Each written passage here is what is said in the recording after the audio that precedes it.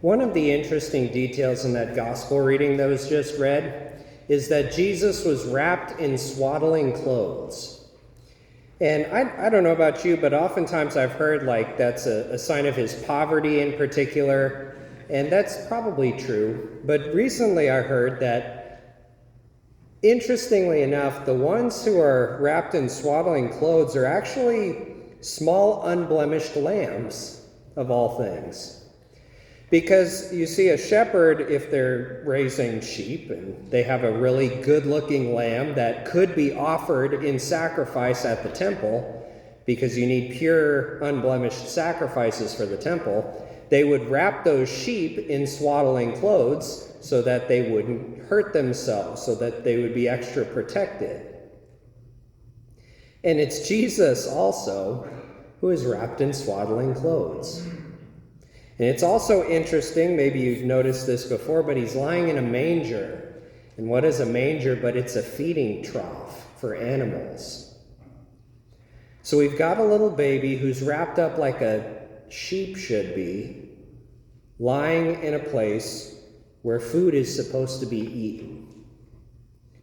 It's no accident. Nothing that Christ did for us is an accident. This is all very intentionally lined up from the generations going back, that if you hear any of the other gospel readings for Christmas, like the genealogy that Jesus that Matthew's gospel goes through, and you hear Jesus's lineage. Even in Luke's gospel, there's Jesus's lineage.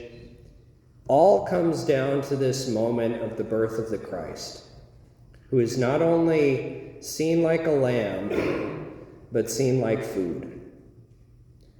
It's really no wonder that we're Catholic. It's really no wonder that we celebrate the Eucharist like we do. In just a few moments, we're going to be given that same lamb food from that manger that's wrapped in swaddling clothes.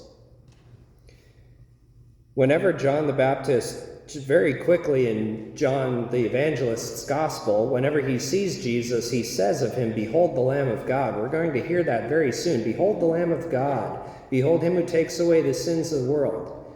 Any good Jewish person would hear that and say, he's supposed to be sacrificed? And it's no wonder that the angels appear to shepherds in particular. And did you hear that? They said, the sign is you'll find an infant wrapped in swaddling clothes. These shepherds aren't stupid. They get it. They'd say, what? This baby is going to be wrapped like an unblemished lamb? How strange. Because what Jesus Christ intended to do by coming to us is laying his life down. Even from infancy, he's already preparing us for the cross. And so this night, we get to celebrate the fact that all has been lined up for us, that he has entered into this world, ready to be sacrificed for our sake and ready to become our food. What a great mystery, this Christmas thing, the birth of the God of the universe into human flesh.